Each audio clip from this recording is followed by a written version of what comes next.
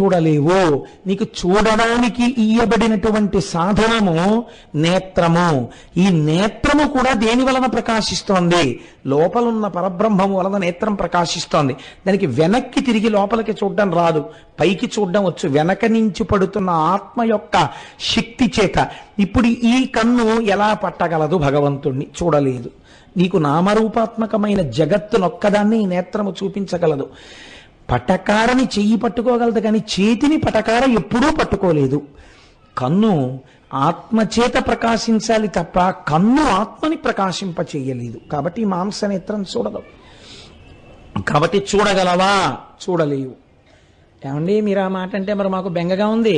అయితే ఇంకా అసలు మాకు ఇవన్నీ చేసిన కర్త ఒకడున్నాడు, వాడిని ఒక్కసారి చూడాలంది మాకు. మరి చూడడం కుదరదా అంటే శాస్త్రం అంది, వాడు ఎలా ఉంటాడో అంతటా నిండిపోయిన వాణ్ణంత